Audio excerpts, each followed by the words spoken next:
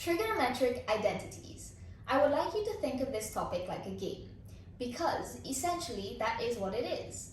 So you'll be given two sides of an equation, the left-hand side and the right-hand side, and you need to prove that the left-hand side is in fact equal to the right-hand side or vice versa. You get to decide which side to start from. So the aim of the game is to prove this equation. And to do so, you need to list all the steps until you get from one to the next. Okay? But firstly, what is an identity? So an equation is called an identity when it is true for all of the variables involved. The more formal definition of an identity is the equality of two expressions for all values of the quantities expressed by letters or an equation expressing this. And they give us an example there. So we know that the left-hand side is equal to the right-hand side if we expand, right? So we can manipulate the left-hand side or the right-hand side to be able to get to either one. While proving trigonometric identities, there are a few things we need to keep in mind. The first being, as we encounter an identity question, you'd notice that there is a left-hand side and a right-hand side. And most people are under the impression that we must begin with the left-hand side and prove it to be equal to the right-hand side. However, that is incorrect. You get to decide whether you would like to begin with the right-hand side or the left-hand side. Okay? And I'm telling you, this is a crucial decision because this can determine whether your proof would take 5 minutes or 5 years. Okay? And I'm speaking entirely from experience. So the general rule is to begin with the more complicated side because it offers us a bit more information to work with. Alright? So I would say you need to practice a bit, see what you're more comfortable with, because sometimes it's better to actually choose the simpler side.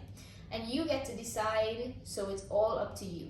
And that brings me on to my second point. You need to make an informed decision. And to be able to make an informed decision, you must learn all your fundamentals. So to be able to have this information readily available, you need to learn it, okay? And you need to recognize these things to be able to rearrange them, to be able to manipulate them to look like other things. So it's kind of like a translation, a language, a different language. And you need to say, okay, this is equal to this, and now this is equal to this, and this, and you need to show us how you got there. And to do that, you need to know your basics. You need to have them at hand, okay? So learn that. And that brings me to my final point. Focus on the end, but enjoy the journey. And what I mean by that is, you must always refer to the end. So if you chose the left-hand side to begin, and you need to get to the right-hand side, and the left-hand side is in terms of costs, and the right-hand side is in terms of sign. You know that you need to change this cost into sign somehow. So, to do that, you keep in mind that we need to get to sign. So, always remember, always refer to the end. So, we need to put this in terms of sign. So, we're going to get there. And what I mean by enjoying the journey is show us how you got there. What was your thought process? That's what they're looking for. You need to show us how you got from A, B, C to D. Okay? You can't just say, okay, A is equal to Z and that's that. Alright? So show us how you got there and I can assure you, you will succeed in this game. Before we begin the process of actually proving these identities, let's start with the fundamentals. So when I was talking about actually recognizing these things, this test is most likely going to be designed for someone who is able to recognize what we can manipulate this into. So it's not going to be entirely simple, but it's not going to be entirely difficult either, especially if you are able to recognize these things. So let's begin with those.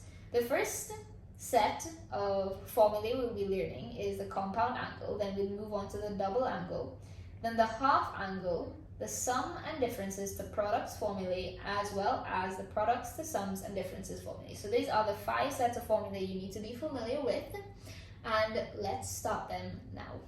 The first set of formulae that we need to be familiar with is the compound angle formulae. So we use these to represent the sine, cosine, and tangent of the sum or difference of two angles.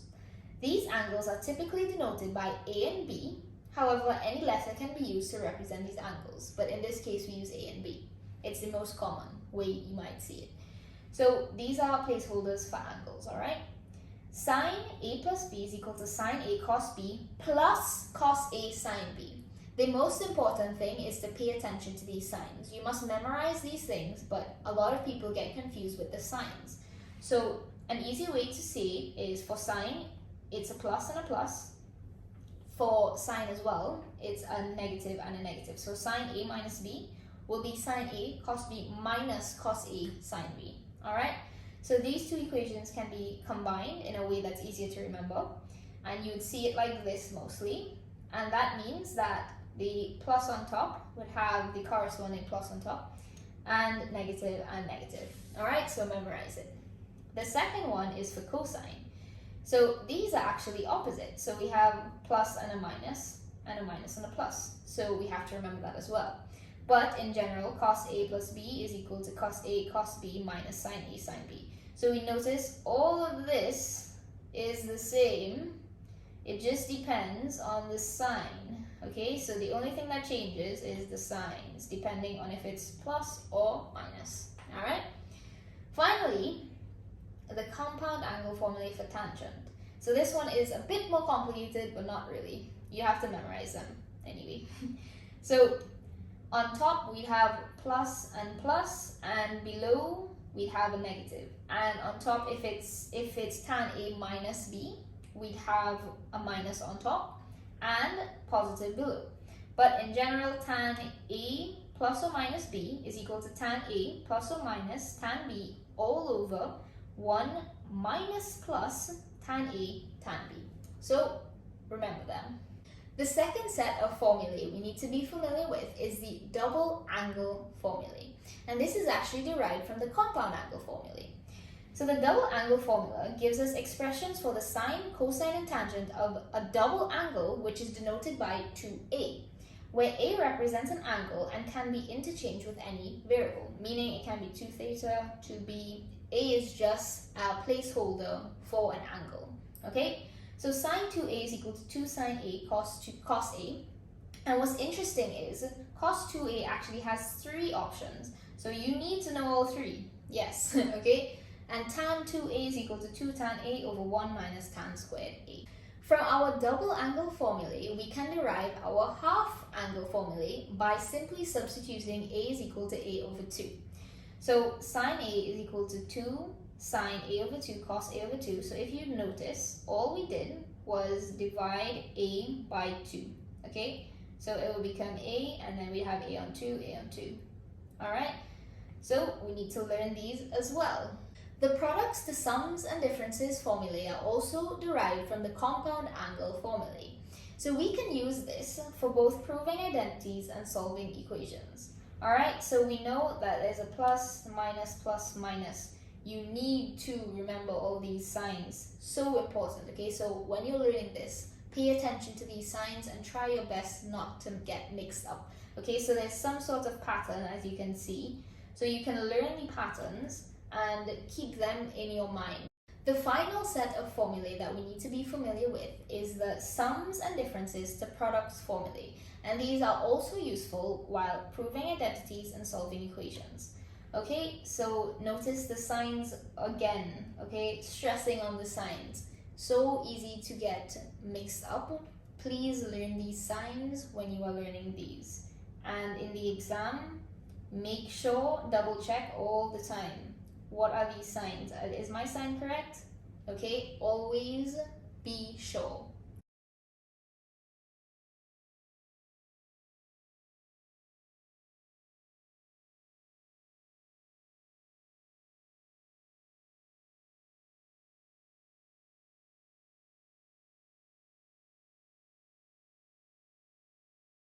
The first question that we're going to attempt states to prove that sec squared theta is equal to cosec theta all over cosec theta minus sine theta. The first thing that we need to decide is, would we like to begin with the right hand side or the left hand side? And in this case, I would choose the right hand side because it does offer more information that we can use to manipulate to get to our end result. So in this case, this is what I would choose because I feel much more comfortable with it. The second thing I would do is identify the functions being used in the equation. Now, I would say, okay, what are the basic identities that I might have to apply? And I would list them. So just keep them right in front of me, have them readily available in case I need to apply them at any point in time. Now we can begin the proof, as I have decided I would like to commence with the right-hand side. So I would state the right-hand side and I will begin. The first thing I would do is actually substitute the identities that I'm aware of. And this could be entirely incorrect, especially in more difficult questions. This is a simpler question. So in more difficult questions, you can get something entirely different from what you'd expect, but it's good to try, okay? So I would say 1 over sine theta all over 1 over sine theta minus sine theta. And what I did was say, okay, cosec theta is equal to 1 over sine theta, and I substituted them, right? Now what I do is use my basic math knowledge, so algebra, okay? And I manipulate them to try to get to my end result. So what I do is I notice that these two cross out in the end and I get 1 over 1 minus sine squared theta. And this is where knowledge of the actual fundamentals come in as well. Because I know that sine squared theta plus cos squared theta is equal to 1. So if 1 minus sine squared theta is there, it must be equal to cos squared theta. And then I say, okay, cos squared theta looks familiar. I have cos squared theta here. So it must be 1 over cos squared theta must be equal to sec squared theta, right? And I end up with that. And so happens here that it's actually what we were trying to prove in the first place. So that's how we would go about the proof. And onto our favorite section of the video, past papers. Now, I want you to keep in mind there is probably a much more optimal way to go about this question. However, it goes to show that these things can actually get really crazy, okay? So if you look at this proof, you can see it goes on for almost 2 pages and it looks crazy. So there is probably an easier way, but this was my first attempt and I got it eventually, but there was probably an easier way and that could happen to you in the exam, all right? But let's begin. So this one states to prove the identity tan A plus B minus tan A is equal to sine B over cos A plus B. So I immediately notice my compound angle formulae and I might have to apply them, right? So what I would choose is the left-hand side on this part because at this point in time, I think both sides are pretty complicated in a sense. I think a lot of people might choose this one instead, but I just went with this one, okay? So I began with the left-hand side and I immediately substituted my compound angle formulae for tangent, okay? So when I substituted that, I go ahead to simplify them by bringing these two terms together. Okay, when I did that, I remembered, okay, fine. So I need to get it in terms of sine and cos. There is no tan here, so I have no reason to have tan here. Okay, so I need to get it to be sine and cos eventually. So what I would do is simplify this as much as I possibly could to then move on to try to get it in terms of sine and cos. Right, so I use normal algebra, not much substitution going on here, just simplifying. I show all my working, okay? Just in case any mistakes are made, I'll be able to identify it quickly when I'm looking over, and it's always good to just do that. Okay, so basically noticing things are the same, pulling it out of the term, and now it needs to be in terms of sine and cos. So I substitute tan theta is equal to sine over cos, because that is what I know that connects these two things, okay? So I substitute them immediately and I simplify again. And the simplification is what's taking up all the space, right? So it's not actually all these identities and stuff. So you also need to practice your algebra, okay? So simplifying, crossing out common terms, getting everything together. So I have cos A plus B here, substituting it. And then I have cos squared A plus sine squared A is equal to 1. and then eventually we get to the end. Like I said, this is probably not the best way to go around this question. However, this is what happened to me. The second past paper we're going to take a look at is 2018. And this one we notice there is double angle formulae being used. So the first thing I would do is recognize which side is more complicated. So I know that this one is definitely more complicated, and I would like to choose this side because it definitely gives me more information to work with to get to the simpler side. I feel much more comfortable working with the left-hand side in this case. So I do that. But before, I notice what's being used and I write it down at the side so I can always refer to it if I need to. So of course, what I do is I state that I'm beginning with the left-hand side, and I know I need to get to here somehow, all right? So I know there's the double angle formulae, and I substitute them immediately. And from here, I'm going to simplify it enough, so all at this point, I'm trying to simplify it to get it to sec 2 theta plus tan 2 theta. And I know it needs to be in some form or the other, right? So what I do is I simplify it as much as possible. I go and I show all my working, of course, and I was able to get to cos theta plus sine theta over cos theta minus sine theta. And at this point, what I did was I multiplied it by cos theta plus sine theta all over cos theta plus sine theta. I simplified again to be able to get 1 plus sine 2 theta over cos 2 theta. And I had to recognize that if I split this up, I was able to get sine 2 theta over cos 2 theta. And I know, so what I initially thought that I might have to get somewhere like this, but it didn't turn out like that. I ended up getting sine 2a over cos 2a, well, theta, right? And then I know that immediately that's tan 2 theta. And this one, yes, I knew this one. So I was able to get there. Okay, so just another example of how tricky it can get, but as long as you have all these formulas readily available in your mind and you're able to recognize where it needs to be applied, you will definitely succeed and prove this identity. 2017 is much simpler because I'm sure you would have learned how to actually prove this in class. So this is how you would do it. So tan a plus b, I started with the left-hand side because I'm going to show you how to prove this one. So tan a plus b is equal to sine a plus b over cos a plus b, and we have formulas for that because that's a compound angle formulae. And you substitute that immediately.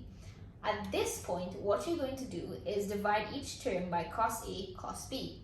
And when you do that, you'd be able to cross out a lot of things. And you'd be left with sine A over cos A plus sine B over cos B all over 1 minus sine A sine B over cos A cos B. So from here we know that this is tan A, this is tan B, and this here would be tan A, tan B. And that's how we got the proof, okay? So that is how you would prove this identity. Of course, you can do it using the right-hand side going back. However, you can just do it like this and it would be entirely correct. The next one comes from 2015. And this is a great example because it shows us how we need to know our formulae really well. We need to be able to apply the compound angle formulae to be able to solve this one. So we get cos 3x is equal to 4 cos cubed x minus 3 cos x. So I use a compound angle formula to split this up. So I had cos 3x, so I can put that as cos 2x plus x. Okay, so I use this especially because I wanted to show you how you can apply these things to actually get to your end result. So I did that, and from there I need to put it in terms of this. Okay, so we know that there is no 3x or anything like that. It's only in terms of a single x. So we had to get rid of that. We did that and we ended up with this. So this is after simplifying a lot. But let's go through this. So the right hand side is in terms of cos x. So we substituted this, right? Do you remember what this is? Exactly, double angle formulae. So we had double angle formulae, we applied there as well as here, and we simplified. Then we know that sine squared x plus cos squared x is equal to 1, and then we can transpose to get this equal to this. So then we substituted here and we simplified, and from there we brought the like terms together and we simplified to get our result. 2014 states to prove that cot y minus cot x over cot x plus cot y is equal to sine x minus y over sine x plus y. I chose the left hand side because it gives me a bit more information rather than just two compound angle formulae. So let's begin. I know that cot theta is equal to 1 over tan theta and cos theta over sine theta. Why did I choose this one to substitute? Because I refer to the end result and I see I need to get it in terms of sine. But I know that this formulae is equal to this, so it's in terms of sine and cos. So the best thing I could do now is make an informed decision and substitute this. Okay, could be useful, could not. But the point is I tried to make it, and in most cases it works out. Okay, so we did that and we substituted it. We then simplified as much as we possibly could to get it into this form. And we immediately know that that's what we actually had to do. Because at this point, we can substitute our formulae, right? So we put it into a recognizable form to be able to then substitute and use this compound angle formulae for sine. Okay, QED. We are now going to prove a couple of identities together. The first one states to prove that cot x plus tan x is equal to cosec x multiplied by sec x. The first thing I will do is identify all the functions in this equation and list all the identities that I might have to apply to prove this identity. Now that I have all of them listed and readily available, I am going to begin my proof. But I need to decide if I would like to commence using the right-hand side or the left-hand side. I will be doing both to prove to you that you can actually use either side. And let's begin with the right-hand side now. So we have the right-hand side, and we need to note what we're going to get to, what we would like to get to. We would like to get it to cot x plus tan x. And we know that cot x is equal to cos x over sine x, and tan x is equal to sine x over cos x. And we know that cosec x is also equal to 1 over sine x, and sec x is equal to 1 over cos x. So I notice something in common, the cos's and the sines. So my best bet here is to probably get it into sine and cos. So let's begin by doing that. Now I'm going to simplify as much as I can. And we also know that sine squared x plus cos squared x is equal to 1. Why would I use that? Because remember, I wanted to get it in terms of sine and cos. So note this identity. I will be applying it now. I will now split the fraction into two parts and simplify.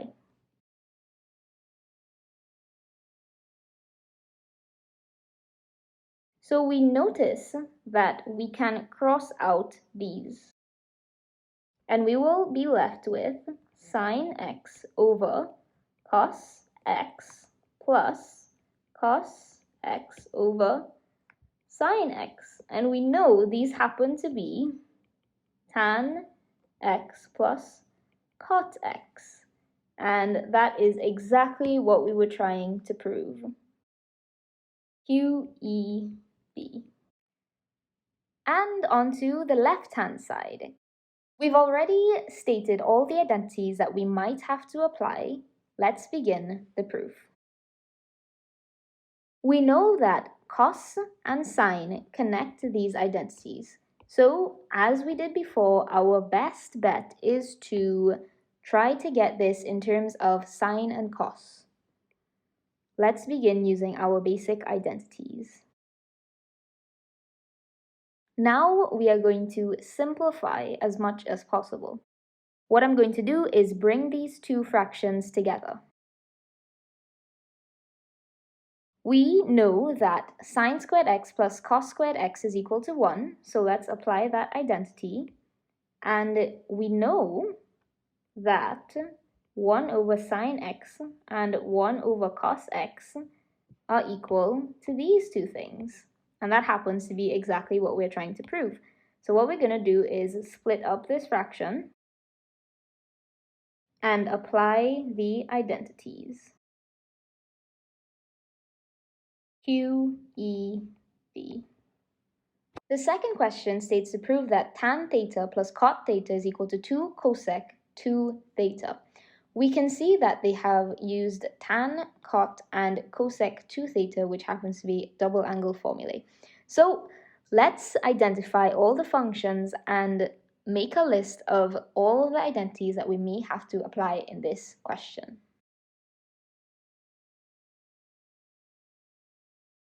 Now that we have this list, I must decide whether I would like to commence my proof using the left-hand side or the right-hand side of the equation. And in this case, I would choose the right-hand side because to me it looks a bit more complicated. Right, so my aim is to get this in terms of tan and cot. So I'm going to start by substituting this using 1 over sine 2 theta. Now, using the double angle formulae, we know that sine 2 theta is equal to 2 sine theta cos theta. So I'm going to substitute that now. I can now cross out these two and end up with 1 over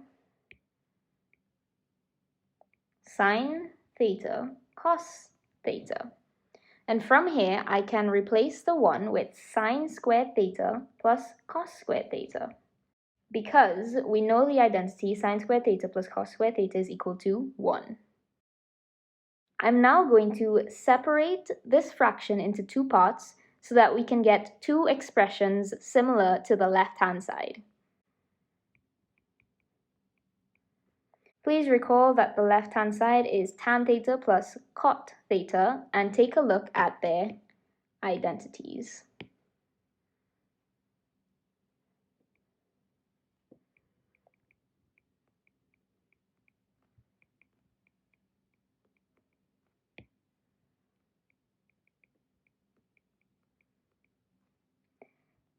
As you can see, it's really similar to the question that we previously solved. So what we're going to do is cross these out, and we're going to end up with sine theta over cos theta plus cos theta over sine theta.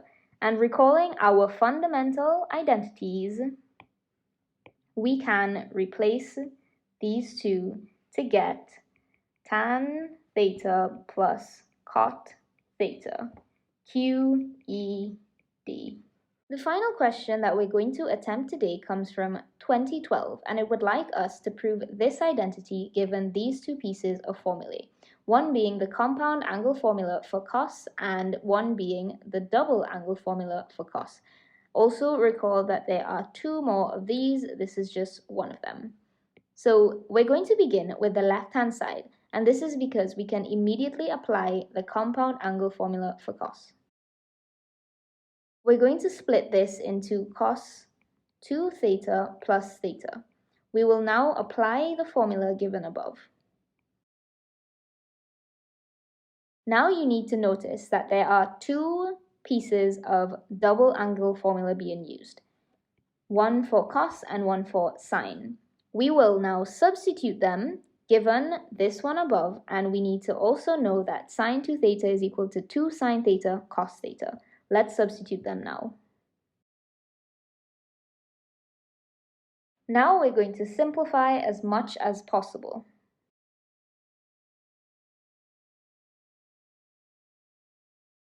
Okay, now we can see that cos theta is common in every term. But instead of factoring out cos theta, we can factor out 2 cos theta. Why is that? Because we also need to pay attention to what we're trying to get, which we can see we are trying to replicate this, and to do that, we should actually factor out 2 cos theta. So let's do that. And now we can see that this is identical to this, and hence this identity is proven. QEB.